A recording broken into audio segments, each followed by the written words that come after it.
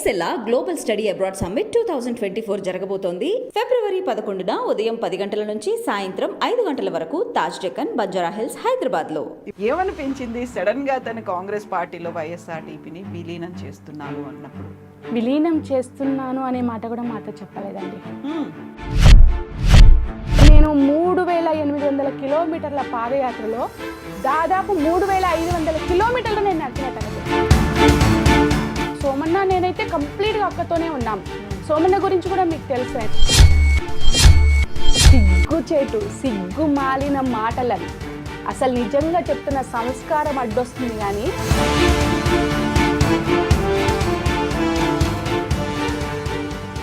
నమస్తే, నేను Kavitha. Welcome to I dream news.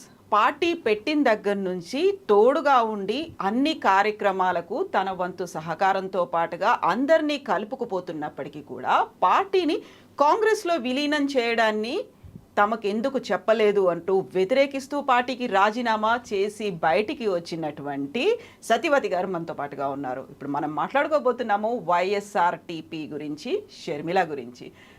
Satyavathi గారు నమస్కారం అండి. సో వైఎస్ఆర్టీపీ పార్టీ ఆవిర్భావం నుంచి మీరున్నారు, షర్మిల గారితో ఉన్నారు, అన్ని కార్యక్రమాల్లో పార్టిసిపేట్ చేశారు, ప్రతి కార్యక్రమాన్ని కోఆర్డినేట్ కూడా చేస్తూ వచ్చారు. ఆల్మోస్ట్ 3 years వదలకుండా, ఏ ఒక్కరోజు దూరం అవ్వకుండా ఉన్నారు. ఏమనిపించింది సడన్గా తన కాంగ్రెస్ పార్టీలో వైఎస్ఆర్టీపీని విలీనం చేస్తున్నాను అన్నప్పుడు? విలీనం చేస్తున్నాను అనే మాట కూడా మాతో చెప్పలేదండి. ఎప్పుడైతే ప్రెస్ మీట్ పెట్టి మేము ఎన్నికలకు దూరంగా ఉంటున్నాము అని చెప్పేసి మాట్లాడిన మాట నిజంగా గుండెలో పగిలిపోయినాయి. ఊహించని పరిణామం. అప్పటి వరకు చెప్పింది ఏంటి? పొత్తుకెళ్తున్నాము అని చెప్పేసి మాట్లాడారు. పొత్తుకెళ్తాము, ఒకవేళ వాళ్ళు పొత్తుకు అంగీకరించకపోతే 119 నియోజకవర్గాల్లో మన క్యాండిడేట్స్ని పెట్టి మనం ముందుకెళ్తామని చెప్పారు. దానికి సంబంధించిన అప్లికేషన్ ప్రాసెస్ కూడా లోటస్ పాండ్లో స్టార్ట్ చేశారు.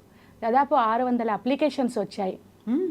ఇక ప్రెస్ మీటు 11 గంటలకి, అంటే ఆ రోజు 11 o'clock కన్నా ముందు రోజు ఎవరెవరైతే పోటీ చేయాలనుకుంటున్నారో, కాన్సెన్స్లలో ఎవరైతే వర్క్ చేసుకున్నారో వాళ్ళందరూ కూడా ఇంకా షర్మిలక్కని కలవాలి అని చెప్పేసి అనుకొని, ఎందుకంటే నామినేషన్ వచ్చింది 3rd నుంచి స్టార్ట్ అవుతుందని 1st, 2nd డేట్స్లలో మేము వెళ్ళడం జరిగింది ఆఫీస్కి.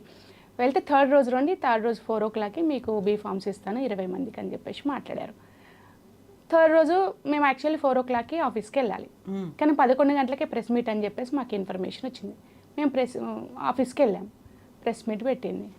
ఒక కన్నీరు గార్చింది అక్క, త్యాగం చేయడానికి సిద్ధమవుతున్నానని చెప్పేసి. పాలేరు ప్రజలు గుర్తుకు రాలేదు. తెలంగాణలో పార్టీ ఎందుకు పెట్టిన విషయం గుర్తుకు రాలేదు. వైఎస్ రాజశేఖర రెడ్డి గారి ఆశయాలు గుర్తుకు రాలేదు. వైఎస్ఆర్ కోసం దాదాపు తెలంగాణలో అనేక మంది ఆయన చనిపోయినప్పుడు చనిపోయిన కుటుంబాలు గుర్తుకు రాలేదు. నిరుద్యోగ ఆత్మహత్యలు గుర్తుకు రాలేదు. ఏమీ గుర్తుకు రాలేదు ఆమెకి. సడన్గా 2014లో తన చేయి పట్టుకొని నడిచినటువంటి పొంగులేటి శ్రీనన్న గారు గుర్తుకొచ్చి నాతో పాటు కలిసి నడిచారు. కాబట్టి ఆయనకు పోటీగా నేను ఎలా నిలబడాలి, కాబట్టి పాలేరు ప్రజలారా నన్ను అర్థం చేసుకోండి, నేను నిలబడలేకపోతున్నాను. కాంగ్రెస్ పార్టీ అధికారంలోకి వచ్చే ఛాన్సెస్ ఉన్నాయి, కాబట్టి నేను ప్రజలకు అన్యాయం చేసిన దాన్ని అవుతాను నిలబడితే పోటీలో అని చెప్పేసి త్యాగం అనే ట్యాగ్ పెట్టి ప్రెస్ మీట్ క్లోజ్ చేయడం జరిగింది. మిమ్మల్ని కన్సల్ట్ చేయలేదా? అసలు మీతో మాట్లాడడం కానీ, ముందు ఒక చర్చలు కానీ చేయలేదండి. చేయలేదు. అసలు ఇట్లాంటి నిర్ణయం తీసుకుంటుంది అనేది మేము అసలు ఊహించలేదు. అక్కడక్కడ మాకు అనుమానాలు వస్తున్నప్పటికీ కూడా తను ఏదైతే వాగ్దానాలు చేసిందో, పదే వాగ్దానాలు చేసింది. ఏంటా వాగ్దానాలు? నేను నిలబడతా, మిమ్మల్ని నిలబెడతా, సింహం సింగిల్గానే వస్తుంది. సింగిల్గానే వస్తుంటే మేమేమనుకున్నాం, ఎలక్షన్స్లో సింగిల్గా వస్తాను అనుకున్నాం, కానీ ఒక్కతే సింగిల్గా పోయి కాంగ్రెస్ పార్టీలో జాయిన్ అవుతుంది అని చెప్పేసి అనుకోలేదండి. అదేవిధంగా June 2 రోజు తెలంగాణ ఆవిర్భావ దినం కదా, అమరవీరుల స్తూపం దగ్గర ఒక మీడియా మిత్రుడు ప్రశ్న అడిగాడు. మేడం, మీరు కాంగ్రెస్ పార్టీలో విలీనం చేస్తున్నారని చెప్పేసి వార్తలు వస్తున్నాయి, దీని మీద మీ అభిప్రాయం ఏంటి అని అంటే, వైఎస్ఆర్ తెలంగాణ పార్టీలో వైఎస్ఆర్ పేరుంది. మా నాన్నగారి పేరుతో నేను పార్టీ పెట్టుకున్నాను. ఈ పార్టీ ఉండడం అనేది చాలా అవసరం. అంటే పార్టీని విలీనం చేయాలని చెప్పేసి మాట్లాడము అని అంటే మా నాన్నగారిని తాకట్టు పెట్టడమే కదా. ఎట్టి పరిస్థితులలో ఈ పార్టీని విలీనం చేయడం అనేది జరగదు అని అమరవీరుల సాక్షిగా మాట్లాడిందండి, అమరవీరుల స్తూపం దగ్గర. అట్లాంటి షర్మిలక్క పార్టీని ఎవరితో డిస్కస్ చేయకుండా తను ఒంటరిగా ఆ నిర్ణయం తీసుకుంటుందని మేము ఎట్లా అనుకుంటాం? అసలు ఊహించలేదు. ఎందుకంటే ఆమె మాట్లాడిన మాటలు ఏవైతే ఉన్నాయో ఆచరణకు అంత స్థాయిలో లేకపోయినా ఎంతో కొంత అయితే ఉండాలి కదా. పోరాడుతుంది. ఈసారి కాకపోయినా నెక్స్ట్ అయినా సరే. ఎందుకంటే వైఎస్ఆర్ కుటుంబం అట్లాంటిది కదా, లెగసీ అట్లాంటిది కదా. కాబట్టి మేమందరం ఏమనుకుంటాము, ఒడిదుడుకులు ఉంటాయి కానీ నిలబడగలుగుతారు వీళ్ళు అనేది ఆలోచిస్తాం కదా. అట్లా ఆలోచించాం. కానీ ఆల్ ఆఫ్ సడన్గా ఎవరితో చర్చించకుండా నాయకత్వంతో కాంగ్రెస్ పార్టీకి ఇంటర్నల్ ఒప్పందం ప్రకారం తను అట్లా చేయడం అనేది జీర్ణించుకోలేకపోయాం. లిటరల్గా నేను చెప్తున్నా, నా గుండెలు పగిలిపోయాయండి. నేను 3800 కిలోమీటర్ల పాదయాత్రలో దాదాపు 3500 కిలోమీటర్లు నేను నడిచిన తనతో. ప్రతి గ్రామంలో అక్క వస్తుంది అని అంటే ముందు 1 గంట ముందు నేను వెళ్ళి ప్రజలందరినీ కూడా సమీకరించేదాన్ని. మీటింగ్ పెట్టి అక్క మళ్ళీ బయలుదేరుతుంది అని అంటే ఆ మీటింగ్ అవుతుంది అన్నప్పుడు ఇంకా తను మూవ్ అయ్యి మళ్ళీ ఇంకో ఊరికి వచ్చేసరికి 3-4 కిలోమీటర్ల దూరం ఉంటుంది కదా. అంతకన్నా ముందే అక్క వెహికల్లోనే మళ్ళీ నేను వేరే విలేజ్కి వెళ్ళేది. మళ్ళీ అక్క వచ్చేలోపు ఆ విలేజ్లో ఆర్గనైజ్ చేయడం. ఇట్లా పాదయాత్రలో అసలు నిరంతరం శ్రమించానండి. ఎంత శ్రమించానంటే నాకు ఈ పార్టీలో జాయిన్ అయినప్పుడు 4 ఇయర్స్ పాప అండి, 4 సంవత్సరాల పాపని నేను వదిలేసి పాదయాత్రలో ఉంటాను. మీరు గతంలో ఎమ్మెల్సీగా పోటీ చేశారు. 600 అప్లికేషన్లలో సత్యవతి గారు కూడా అనుకున్నారా నేను కంటెస్ట్ చేస్తాను, నేను అప్లై చేసుకుంటున్నానని? ప్రకటించారండి. ఇప్పుడు మీరు అనేది షర్మిల గారి పార్టీ తరఫున ప్రకటించారు 20 మందిని. ఆర్టీవీలో కూడా వచ్చింది. ఇంటర్నల్గా పార్టీ నుంచి అది కూడా పోయింది అనేది నాకున్న ఇన్ఫర్మేషన్. అందులో బోధన నుంచి నేను కూడా పోటీ చేస్తున్నానని చెప్పేసి ప్రకటించడం జరిగింది. ఇంకా 20 మంది లిస్టులో కూడా చాలా మంది ఉన్నారు. ఎందుకంటే అక్కతో పాటు కలిసి పనిచేసిన వాళ్ళు, కాన్సెన్సీలో వర్క్ చేసుకున్న వాళ్ళు, ఎవరైతే రేపు ప్రజలకి ఇక దగ్గరయ్యి ఎవరికైతే లీడర్షిప్ క్వాలిటీస్ ఉన్నాయో, ఎవరైతే తన పార్టీలో ఇంకా పై స్థాయిలోకి తీసుకురావాలనుకునే వాళ్ళందరినీ కూడా తను గుర్తించింది. అది చెప్పడం కూడా జరిగింది. అంటే అక్క ప్రెస్ మీట్ పెట్టి చెప్పలేదు కానీ టీవీలలో అయితే వచ్చాయి. వీళ్ళు ఉన్నారు, వీళ్ళకి ప్రకటిస్తుంది, రేపు అదే జరగబోతుంది అనేది అయితే వచ్చింది. సో మీతో పాటుగా చాలా నోన్ ఫేసెస్ తెలంగాణకి సంబంధించి ఒకవైపు ఇందిరా శోభన్ గారు ఉన్నారు, ఆ తర్వాత మీరు, ఏపూరి సోమన్న, కొండా రాఘవరెడ్డి గారు, ఇలాంటి వాళ్ళందరూ తెలంగాణ సమాజానికి చాలా నోన్ ఫేసెస్. అంతకుముందు ఉద్యమంలో పార్టిసిపేట్ చేసిన వాళ్ళు. ఇంతమందితో ఏ ఒక్క మాట కూడా జరగలేదు, అసలు చర్చ జరగలేదు. ఇందిరా శోభన్ అంటే ముందే వెళ్ళిపోయారు కాబట్టి. లేదు, జరగలేదండి. రాఘవరెడ్డి గారితో చర్చించలేదు. సోమన్న నేనైతే కంప్లీట్గా అక్కతోనే ఉన్నాము. సోమన్న గురించి కూడా మీకు తెలుసు ఎంత డెడికేటెడ్గా వర్క్ చేశారనేది. సో ఎవరితో చర్చించలేదు.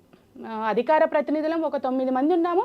9 మంది అధికార ప్రతినిధులు పిలిపించుకొని మాట్లాడవచ్చు. 9 మందిలో నేను ఒక ఉమెన్, ఒక్క ఉమెన్ నేను అధికార ప్రతినిధులు పిలిపించుకొని మాట్లాడి తను ఏమనుకుంటుందనేది డిస్కస్ చేయొచ్చు. ఎవరితో చర్చించలేదు. చర్చించకుండా ప్రెస్ మీట్ పెట్టేసింది. ఎలా ఉండేది తనతో అసోసియేషన్? మీరు ఇప్పుడు ఒక మాట అన్నారు, ప్రతిదాన్ని ఆర్గనైజ్ చేసేదాన్ని. 3500 కిలోమీటర్లు నేను తిరిగాను అనుకున్నప్పుడు తనతో ఇంటరాక్షన్ కానీ మీరు పార్టీలో ఉన్నప్పుడు ఉన్నటువంటి అసోసియేషన్ ఎలా ఉండేది?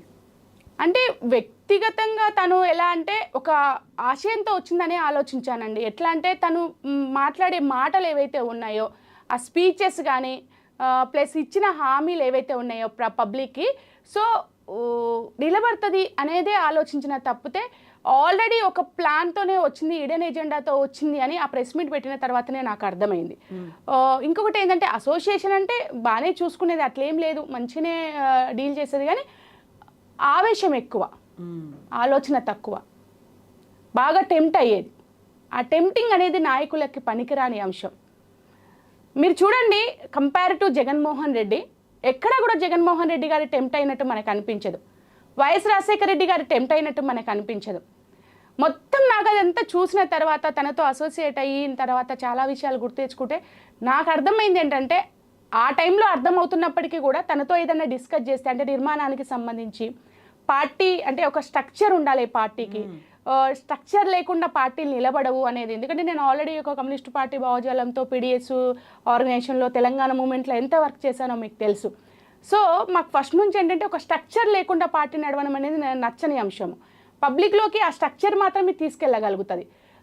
అది లేదు ఈ పార్టీకి ఫస్ట్ నుంచి. సో నేను చాలాసార్లు డిస్కస్ చేస్తే షర్మిలకి ఏమనేదంటే, మనం పార్టీ పెట్టగానే పాదయాత్ర స్టార్ట్ చేసాం కదా, పాదయాత్రలో మనకి ఇంకా మెలికల ఏమంటారు, చాలా మంచి నాయకత్వం దొరకొచ్చు, సో వి విల్ టేక్ అని చెప్పేసి అట్లా చెప్పడం, కాలక్రమంలో మనం దాన్ని బిల్డ్ చేసుకుందామని చెప్పేసి మాట్లాడడం, అట్లా చెప్తూ వచ్చింది. సో నిజమేలే అని అనుకున్నా, పాదయాత్రలు బాగా బిజీగా ఉన్నాం కాబట్టి అదే జరుగుతుందిలే అని అనుకున్నా, కానీ అసలు ఏది జరగలేదు. సో సత్యవతి లాంటి ఒక స్ట్రాంగ్ వాయిస్, ఒక కనెక్ట్ అయ్యి ఉన్నారు తెలంగాణ సమాజానికి, ఇక్కడ ఏం జరిగింది, ఏం కావాలి అనేది కూడా చాలా క్లియర్ అవగాహన అనేది ఉన్నది. ఆ టైంలో ఎప్పుడైనా మీ సజెషన్స్ కానీ ఇలాంటివి ఏమైనా తీసుకున్నారా? తక్కువ. అంటే తీసుకునేది ఏదైనా మీటింగ్ అప్పుడు, ఏదైనా డౌట్ వచ్చినప్పుడు క్లారిటీ తీసుకోవడం కానీ, లేదంటే ఏదైనా ఇష్యూస్ ఫోకస్ చేయాలన్నప్పుడు ఎలా ఉంటుంది అనేది అప్పుడప్పుడు, రెగ్యులర్ కాదు కానీ అప్పుడప్పుడు అయితే తీసుకునేది. కానీ సమావేశాలు, ఒక సమావేశం పెట్టి ఈ ఇష్యూ మీద పార్టీ మనం టేకప్ చేయాలి అనే అంశంలో అసలు ఎప్పుడూ ఎవరిని కూర్చోబెట్టలేదు, ఎవరితో మాట్లాడలేదు, అట్లా ఎప్పుడూ జరగలేదండి. సో ఇప్పుడు పాదయాత్ర కావచ్చు, నిరసన దీక్షలు కావచ్చు, ఇవన్నీ చేద్దాం అనుకున్నప్పుడు తన ఓన్ డెసిషన్ తనే తీసుకునేవాళ్ళ? ఎందుకంటే పార్టీకి సంస్థాగతంగా నిర్మాణం అనేది, మీరు అధికారిక వాయిస్లు అనేవి ఉన్నాయి కాబట్టి. ఓన్గానే తీసుకునేదండి, ఎవరితో డిస్కస్ చేసేది కాదు. ఇంటర్నల్ టీం ఒకటి ఉండింది, ఆ ఇంటర్నల్ టీం వాళ్ళతో ఏమైనా షేర్ చేసుకునేదో ఏమో, వాళ్ళు వీళ్ళు కలిసి చేసేవాళ్ళు. మాకైతే జస్ట్ ప్రోగ్రామ్ ఉంది రమ్మని చెప్పడమే తప్పితే కూర్చోబెట్టి మాట్లాడింది అయితే లేదు ఎప్పుడు. సో ఇన్నేళ్ల నుంచి, అట 3 ఏళ్ళు కదా తనతో అసోసియేషన్, ఆ వైఎస్ఆర్టీపీతో అసోసియేషన్ అనేది కంటిన్యూ అయినప్పుడు తను అనౌన్స్ చేశారు, నేను కాంగ్రెస్ పార్టీలో విలీనం చేస్తున్నాను, కొన్ని త్యాగాలకు సిద్ధం. తను త్యాగాలకు సిద్ధపడ్డారు, మరి మీరు రెడీ అయ్యారా ఆ త్యాగానికి? ఎట్లా అవుతామండి? షర్మిల గారు రాకన్నా ముందే ఇక్కడ కాంగ్రెస్ పార్టీ ఉంది. అప్పుడు జాయిన్ అవ్వాలంటే మేము కాంగ్రెస్ పార్టీలో జాయిన్ అయ్యే వాళ్ళం. మేము ఎందుకు జాయిన్ అవ్వలేదు? మాకు కాంగ్రెస్ పార్టీ మీద చాలా భిన్నాభిప్రాయాలు ఉన్నాయి. ఒకటి, తెలంగాణ ఉద్యమంలో 1400 మంది విద్యార్థులు బలిదానం అవ్వడానికి కారణం కాంగ్రెస్ పార్టీయే. వాళ్ళు తీసుకున్నటువంటి తెలంగాణ ఏర్పాటుకు సంబంధించినటువంటి తీసుకుంటున్నటువంటి నిర్ణయం కావచ్చు, ఆ ప్రక్రియ కావచ్చు, ఆలస్యమైనటువంటి స్థితి కావచ్చు, ఎంతోమంది తెలంగాణ బిడ్డల్ని పొట్టన పెట్టుకున్న తర్వాత ఆ కాంగ్రెస్ పార్టీలో నేను విలీనం చేశాను, మీరు ఈ విలీనం అవ్వండి అని అంటే, మీరు రాకన్నా ముందే కాంగ్రెస్ పార్టీ ఉంది కదా, మేము అందులోకి పోలేదు. ఒకటి, వైఎస్ రాజశేఖర రెడ్డి గారిని చనిపోయిన తర్వాత ఎఫ్ఐఆర్లో పెట్టారనేది కుటుంబమే. మీరు 14 ఏళ్ళు రోడ్డు మీద పడ్డ పరిస్థితులలో మీరు ఎట్లా యాక్సెప్ట్ చేస్తారనే ప్రశ్న మాకు సహజంగా వస్తుంది కదా, ఆ ప్రశ్నే మాకు ఉత్పన్నమైంది.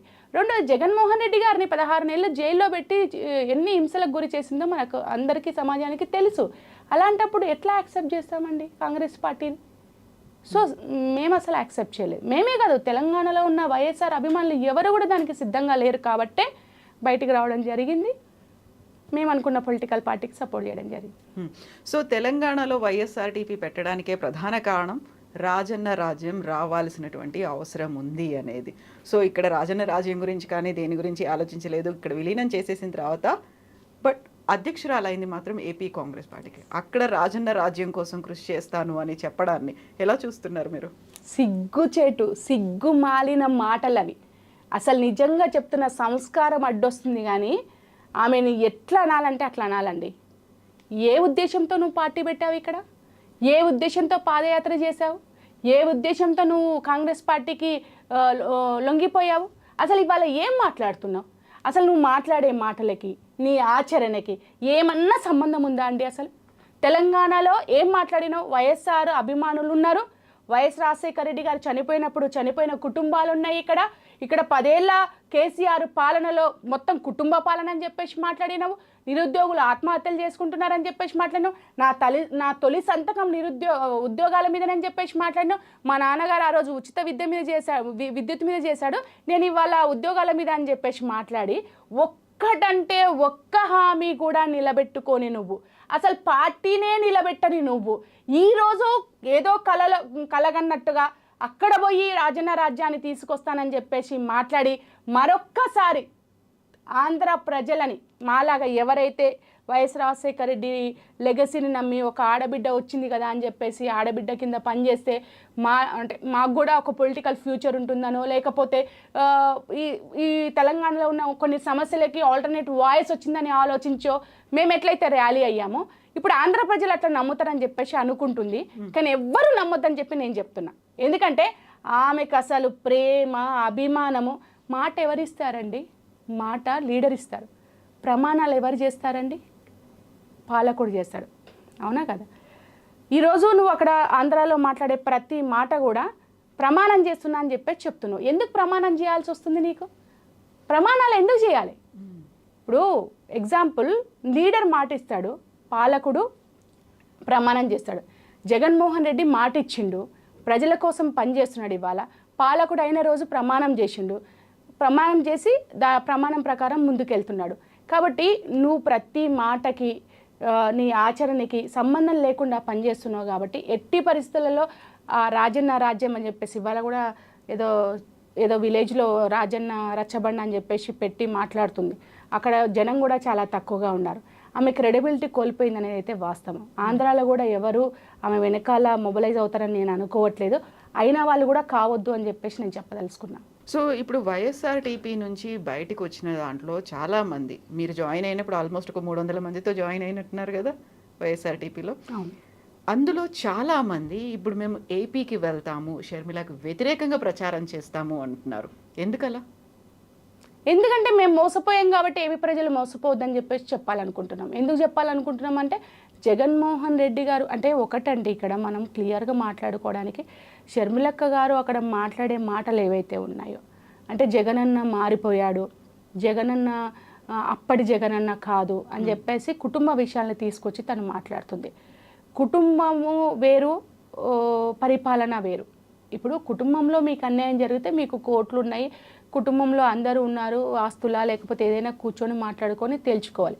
కానీ మీరు వేసే అడుగు ఏదైతే ఉందో, మీరు అక్కడికి వెళ్ళిన విధానం ఏదైతే ఉందో అది కంప్లీట్గా మనం అర్థం చేసుకోవాల్సింది ఏంటంటే చంద్రబాబు నాయుడు, పవన్ కళ్యాణ్, కాంగ్రెస్ పార్టీ ఒక్కటయ్యి ఈరోజు అక్కడ పేద పిల్లలకు కావచ్చు లేదా పేద ప్రజలకు కావచ్చు, బడుగు బలహీన వర్గాలకు సంబంధించినటువంటి సంక్షేమ అభివృద్ధి ఏదైతే జరుగుతుందో దానిని జరగనీయకుండా ఒక కుట్రపూరితంగా అక్కడ వాళ్ళందరూ కలిసి జగన్మోహన్ రెడ్డికి వ్యతిరేకంగా షర్మిల గారిని తీసుకెళ్లారనేది అయితే నాకు అర్థమైనటువంటి అంశం.